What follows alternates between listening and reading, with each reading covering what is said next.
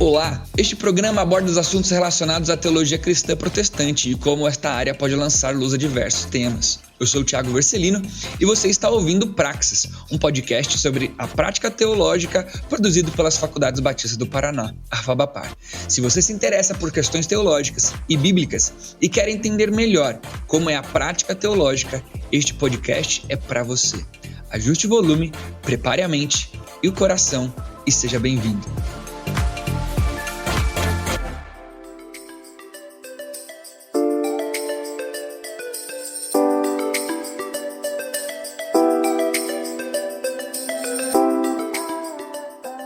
Fala pessoal, tudo bem? Seja muito bem-vindo a mais um episódio do nosso Praxis, aqui da nossa querida FABAPAR. Nosso episódio de podcast que você tem acompanhado aí e tem sido muito bom ter você com a gente. Antes de você entrar aqui nesse bate-papo junto comigo e com o professor Jaziel, eu quero te pedir para você ativar aí as notificações das plataformas que você mais gosta de ouvir. Lembrando que o nosso podcast está presente em qualquer plataforma, então você não precisa se virar mais para ouvir a gente, você pode ouvir a gente aonde você quiser, tá bom? Então ativa aí tudo que tem para ativar de notificação para você receber o novo episódio, tá bom? Pra gente começar então, professor Jaziel, para quem tá ouvindo a gente pela primeira vez, seja muito bem-vindo. Eu queria que o senhor se apresentasse aí rapidamente, quem o senhor é, quais as suas especialidades na área da teologia, e a gente já começa conversando um pouquinho no assunto que a gente preparou para hoje. Olá, tudo bem? Aqui é o Jaziel, eu sou professor na área de teologia sistemática, Novo Testamento, história da teologia e afins. E eu sou formado em teologia, bacharelado aqui pela FABAPAR, mestrado na University of Birmingham, na Inglaterra, em teologia, e doutorado na Universidade Metodista de São Paulo, em ciências da religião. Eu tenho trabalhado com a questão atual do protestantismo no Brasil, os evangélicos, alguns grupos específicos neopentecostais, trabalho também com trânsito religioso, mas a minha área de preferência é o Novo Testamento e a teologia bíblica e histórico-sistemática. Algumas coisinhas aí pra gente brincar de vez em quando. Que legal, que legal. A gente reservou para o nosso tempo hoje, para você que está nos ouvindo, a gente quer falar um pouquinho de uma área da teologia sistemática, especialmente se você for olhar no nosso currículo aqui da nossa FABAPAR, da nossa faculdade, de Teologia Sistemática 2, né? E a ideia é a gente falar um pouquinho sobre os estados de Cristo. Se a gente fosse falar, né, professor Gisel, só sobre quais são esses dois estados, aparentemente parece ser um assunto meio simples na teologia, né? Jesus, aconteceu isso com ele e pronto. Mas existe uma relevância muito grande na hora do entendimento da nossa fé. Professor Gisel, quais são esses dois estados de Cristo? Os dois estados de Cristo não são Israel e Palestina, como alguém já respondeu uma vez na prova, mas os dois estados de Cristo são humilhação e exaltação. Há vários textos nas Escrituras, no Novo Testamento, que asseveram de forma clara e evidente esses estados. O texto básico, principal, que nós usamos é o texto de Filipenses capítulo 2, que sendo Deus, não teve por usurpação ser igual a Deus, mas humilhou-se tomando a forma de servo e sendo obediente até a morte e morte de cruz. Pelo que Deus o exaltou soberanamente, ele deu um nome que é sobre todo nome. Então ali a gente percebe que há um estado de humilhação, que ele sendo Deus, sendo infinito, eterno, onisciente, onipresente, ele desce à terra, é encarnado, conforme está lá em João, e o verbo se fez carne e habitou entre nós, cheio de graça e de verdade. E ali, quando ele se se torna humano, a gente percebe que há presente nele as duas naturezas, a natureza divina e a natureza humana. E como uma comunica propriedades à outra, né, e elas estão unidas, elas não estão separadas, a gente percebe que, em certo sentido, a humilhação dele foi deixar de usar, independentemente do Pai, seus poderes plenipotenciários. Então, ali, ele deixou de usar a onisciência, a onipresença, a onipotência, que estavam nele presentes o tempo todo, mas só era usado, né, quando o Pai permitia. Então, ele se coloca em submissão a Deus como nosso exemplo, e culminando na sua morte, morrendo como homem e como Deus. Depois temos o segundo estado, que é o estado de exaltação. Quando ele é ressuscitado dentre os mortos, é declarado Filho de Deus em poder, conforme Romanos 1,4, e diz: todo o poder me foi dado nos céus e na terra. Portanto, ao irem, né, não é ide, não é imperativo ali, o imperativo é ensinar, batizar, enfim, né? É ensinar, né? Através do batismo, através de ensinar todas as coisas. Então ele tem um corpo incorruptível, ele pode aparecer para os discípulos quando eles estão com as portas trancadas, quer dizer, um corpo que é espiritual, é um corpo diferente do nosso, e esta glorificação, esse estado de exaltação, é feito no momento em que ele é elevado às alturas. Então nós temos os dois estados. O primeiro, quando ele é encarnado, em que ele é humilhado, e tem vários exemplos disso em o Novo Testamento. E o segundo é quando ele volta àquele estado inicial, quando ele é exaltado e todo nome, aliás, o nome dele está sobre todo nome, e através da ressurreição e através da ascensão. São os dois momentos em que ele passa a ser glorificado, ele está reinando, ele é todo-poderoso e, enfim, ele está glorificado junto ao Pai. São esses os dois estados. Existe uma relação muito íntima, né, da humilhação e da glorificação, né, desses dois estados de Jesus com o entendimento da união hipostática de Cristo Jesus, né? A não separação de Deus e de homem que Jesus tinha em si, né, desde que ele assumiu forma de servo. Agora, professor Jaziel, se a gente pegar no dia a dia da nossa igreja, a gente vai falar assim, porque Jesus foi humilhado. Aí todo mundo vai dizer, é verdade, Jesus foi humilhado. A gente vai falar que Jesus ele foi glorificado. É verdade, Jesus foi glorificado. Mas essas duas palavrinhas não necessariamente carregam uma conotação teológica para o cristão que não é estudado na teologia. O que teologicamente traz de importância para a gente, ao ponto de nós separarmos um momento para estudarmos esses dois estados de Cristo e as implicações disso para a nossa fé, né? Por que é tão importante teologicamente dizer que Cristo foi humilhado? Por que é tão importante teologicamente nós dizermos que Cristo ele foi glorificado? Poderíamos dizer que ele foi humilhado, e daí a importância deste ato é o fato de que a humilhação em si mesma encerra questões muito práticas para a nossa vida. Por exemplo, Cristo foi tentado em todas as coisas, conforme diz Hebreus 4. Deus não pode ser tentado. O Jesus glorificado não pode ser tentado.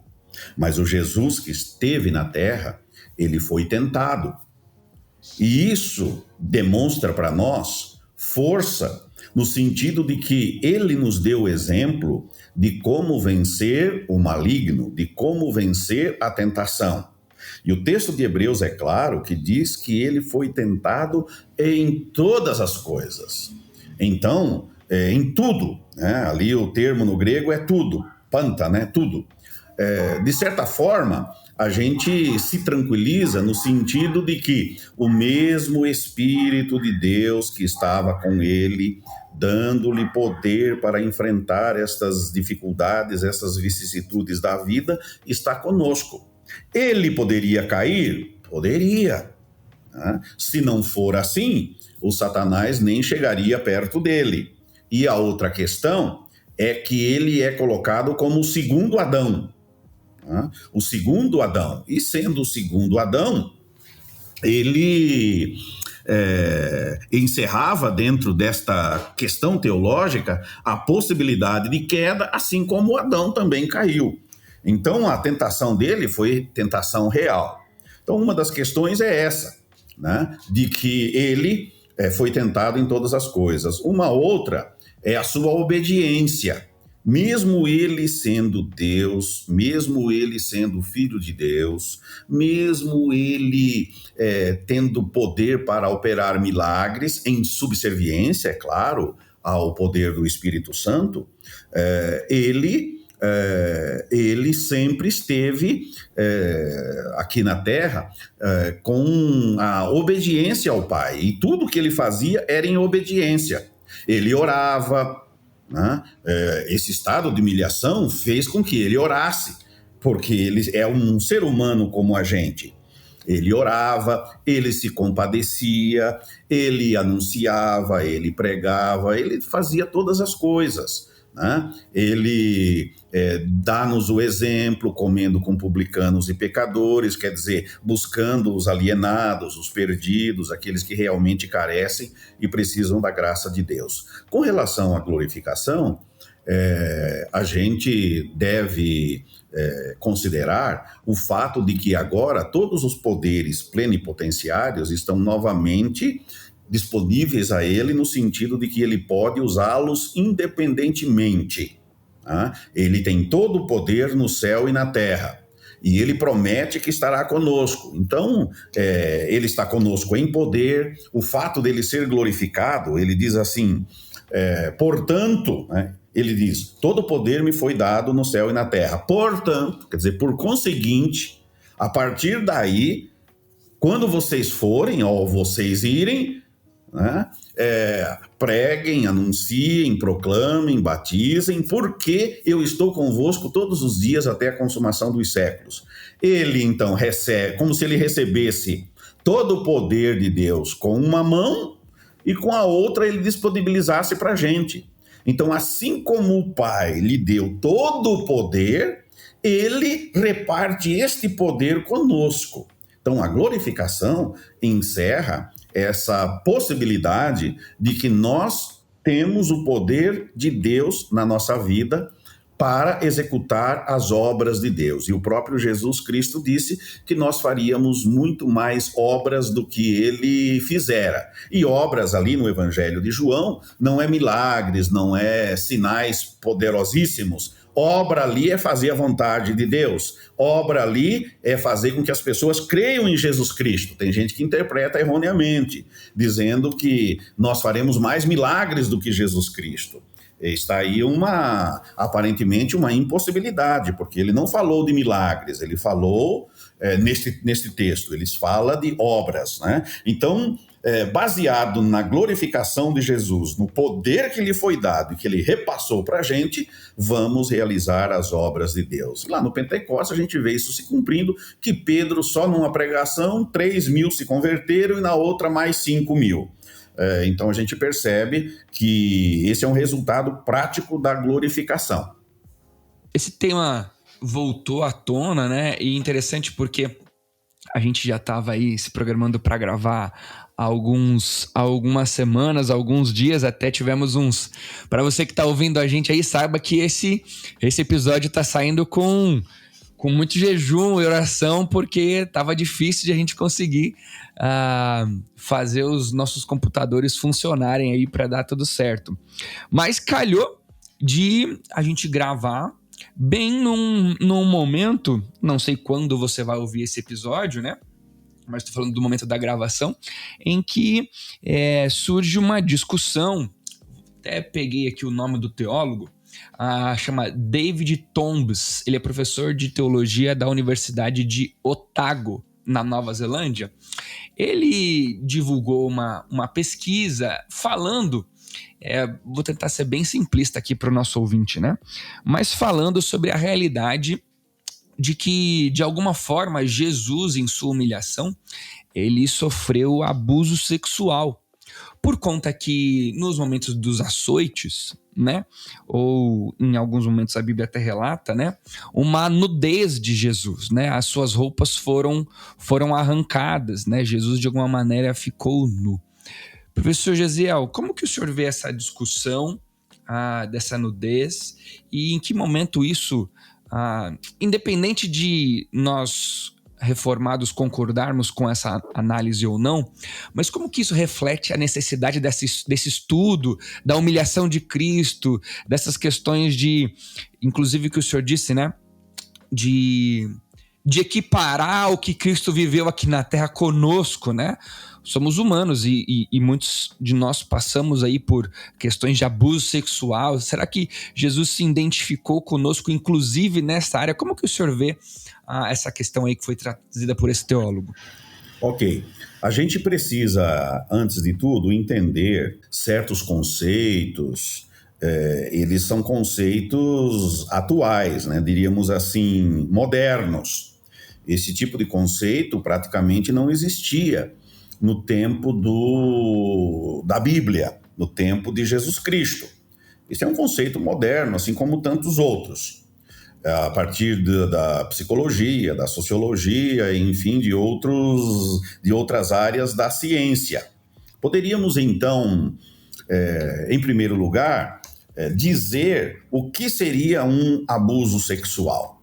Então, dependendo de como se define e se descreve um abuso sexual, Jesus pode sim ter sido abusado sexualmente. Logicamente que ele não teve conúbio sexual, ninguém obrigatoriamente teve uma relação sexual com ele ali quando ele ficou despido. E outra coisa é que precisamos entender também o termo despido. Nem sempre nas escrituras, quando se diz que a pessoa está despida, ela está completamente nua, peladona, né? Despido, algumas vezes, quer dizer que está sem roupa de cima. Mas sem a capa. Sem a capa. Vamos dizer conosco aqui, sem camisa e sem a calça. Ok? Modernamente, atualmente, seria isso. Né? Sem a camisa e sem a calça. Mas mesmo assim é constrangedor. Né? Nós não temos certeza se o despido ali foi realmente totalmente pelado, porque dizem que eles tiraram a túnica dele e lançaram sortes. Né? A túnica, mas tinha outras coisas por baixo, né? Tinha o calçãozão ali que cobria, mas mesmo assim, para aquela sociedade, era sim uma coisa ofensiva, mesmo porque ele estando usando a linguagem hoje, sem a roupa de cima, eles faziam brincadeiras, chacotas, cuspiam nele, esbofeteavam. Então foi uma espécie de abuso generalizado. Né? Foi um abuso psicológico, foi um abuso emocional, foi um ritual que eles realizaram em que há também esta parte do decoro, né? Eles perderam totalmente o decoro e ridicularizaram a pessoa de Jesus, estando eles na frente do mestre, e ele sem roupa, independentemente se estava com calção ou não. Né? Então, em certo sentido, pode-se dizer que foi, sim, Jesus abusado.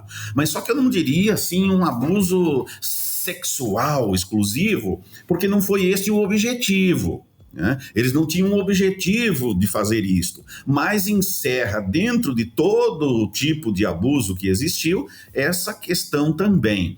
Então, o teólogo talvez seja mal compreendido, porque se a gente lê só o título ali, a gente pode até ridicularizar o pensamento dele. Mas depois, lendo aquilo que ele descreve, é fácil entendermos que ele não está falando de um abuso sexual totalmente concretizado, mas o fato de nós, em determinados ambientes, formos obrigados a tirar a roupa, isso é constrangedor. Imagine você, mesmo sendo homem, no meio de vários soldados, né, você ser tirado a roupa de cima ou ficar completamente nu na presença destes homens. É extremamente constrangedor. Homens que nós diríamos que estavam prendendo, homens que estavam xingando, estavam blasfemando, cuspindo, quer dizer, altamente constrangedor. Então, nesse sentido, foi abuso, mas um abuso, eu diria, mais do que apenas sexual. Ele está incluso, mas não foi um abuso sexual exclusivo, como nós temos costume de ler nos jornais e ver nas redes sociais as notícias. Isso aí demonstra para nós a vergonha, né? Expuseram Jesus à vergonha, ao ridículo. Depois, eu entendo que o abuso psicológico, emocional foi ainda maior, né? Incluindo este abuso que teria uma parte sexual, sim, porque a gente, dificilmente um homem fica nu na frente de outro, né? A gente não gosta dessas coisas, né? Inclusive, quando a gente vai lá no banheiro, né, tem lá os mictórios, então o primeiro que chega, se tiver 8, 9, o primeiro que chega vai no último da direita, o segundo que vem vai no último da esquerda, aí vem um terceiro, vai bem no meio, entende? Quando tem um vago, mas tem 2 do lado, a gente fica meio cabreiro se a gente vai ali urinar, né? A gente não vai, basicamente, né? E você percebe que a turma fica por ali e tal, quando esvazia um pouco mais, aí vai a pessoa, porque nós temos esta questão, como homens, né, masculinos, a gente não gosta de ficar pelado na frente de outro homem. Essa explicação aí que o senhor inclusive citou no finalzinho, acho que ela é bem importante, né? Será que existia de fato a intenção dos autores bíblicos de demonstrarem isso? Será que eles tinham essa compreensão, né? Quando a gente entende, né, um exemplo talvez mais básico para o ouvinte, né, seria... A Bíblia não fala de namoro porque namoro é uma compreensão atual, não tem como a gente empurrar para dentro do texto bíblico que foi escrito há muito tempo atrás, um conceito que nem talvez existisse na época, né? O que significa, então, não tem como a gente trazer esse conceito de abuso sexual, que é um conceito talvez mais moderno. A gente pode até ver similaridades, como o senhor mesmo falou, mas esse conceito nem existia naquela época, né? Então essa explicação acho que é muito bacana. Professor Gesiel, eu queria encerrar. Qual seria a perspectiva de Deus Pai ao olhar para os 2 estados de Cristo? A gente fala muito do que Cristo sofreu, Cristo passou e tudo mais, mas qual seria a perspectiva de Deus Pai ao olhar para o seu filho, né, sendo humilhado e permitir isso, e ao olhar para o seu filho sendo exaltado e glorificado? Bem, antes de tudo, é quase impossível para nós, seres humanos, finitos e limitados, né, efêmeros, perscrutar com agudez de espírito os sentimentos ou aquilo que Deus pensava em determinado momento ou pensa até hoje, né? Porque Deus ele não está preso ao tempo e ao espaço. Então, tudo aquilo que ele percebe, que ele vê concomitantemente, porque é como se ele vivesse em um eterno presente. Já antes da fundação do mundo, nós temos textos, né? Quer dizer, nós temos textos que falam que antes da fundação do mundo, Jesus já tinha teologicamente sido morto, né? E já tinha executado o sacrifício, teologicamente. Talvez aí um outro podcast para a gente no futuro trabalhar. Mas eu creio que o Novo Testamento, especialmente o Evangelho de João, mostra com característica bem plausível que Deus o Pai estava ao lado de Jesus, amando-o, testemunhando a respeito dele, amparando-o e realizando a obra magnífica através de Jesus Cristo. Quer dizer, o Pai atuando através de Jesus no poder do Espírito Santo. Na hora do batismo, Deus diz assim: eis aí o meu filho amado em quem eu tenho muito prazer. Né? Esse termo ali significa que Deus estava alegre, Deus estava feliz por realizar esta obra. E lá na cruz do Calvário, Jesus diz: Eloi, Eloi, lama sabachthani. Deus meu, por que me viraste as costas? Então, naquele momento de grande sofrimento, de grande dor, além do que ele sofreu com os soldados, além de apanhar, além de cusparada, além de abuso psicológico, além de todas estas coisas, dores físicas, uma das dores que ele sentiu foi este fato do Pai lhe virar as costas. Agora, ele não vira as costas para o seu filho, é que todos os nossos pecados foram ali na cruz postos sobre ele. E como Deus detesta o pecado, odeia o pecado, ele virou as costas para os nossos pecados que o Filho carregou naquele momento. Essa obra sacrificial de Cristo é interessante, porque é uma obra substitutiva, é uma obra vicária. Então ele toma os nossos pecados e as consequências dele. Quais são as consequências? Abandono de Deus e morte. Então ele morre ali, abandonado pelos seus que fugiram, abandonado pela raça humana e também, entre aspas, abandonado por Deus, não por ele, mas pelos nossos pecados. Vejam o que nós ocasionamos nele, esta dor do afastamento do Pai.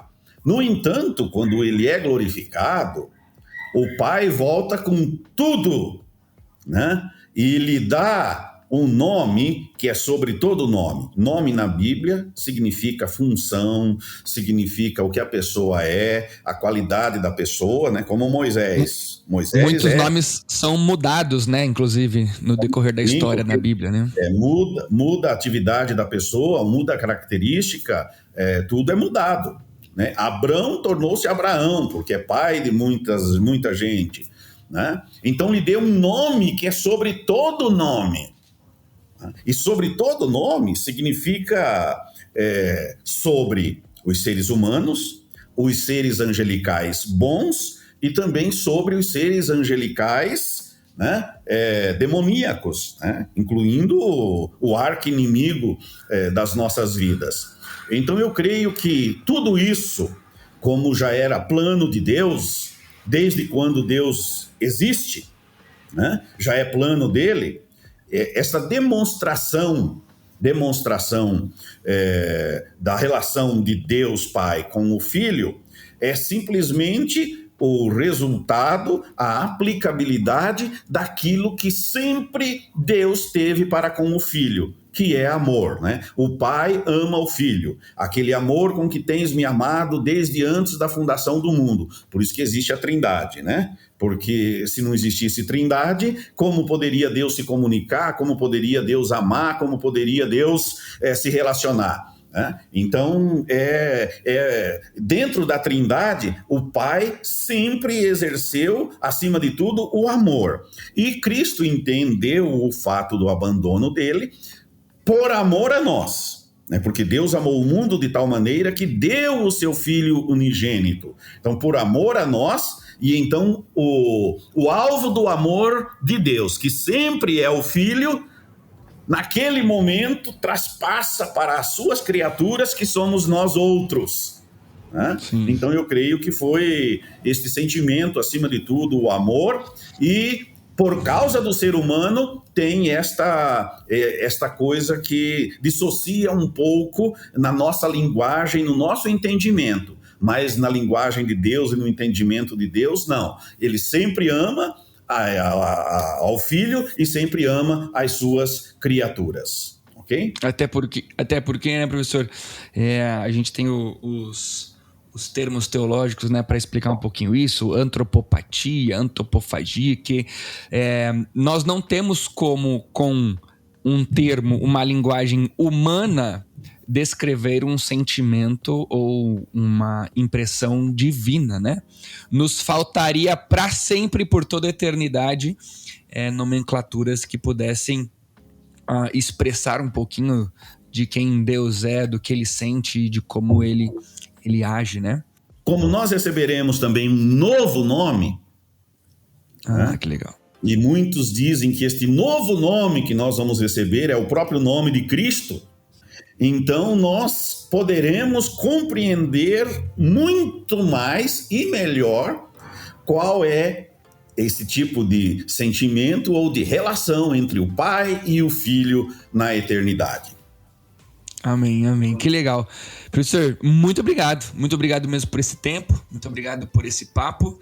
E até o nosso próxima conversa aqui no podcast Praxis da nossa FABAPAR. Eu que agradeço. Muito obrigado.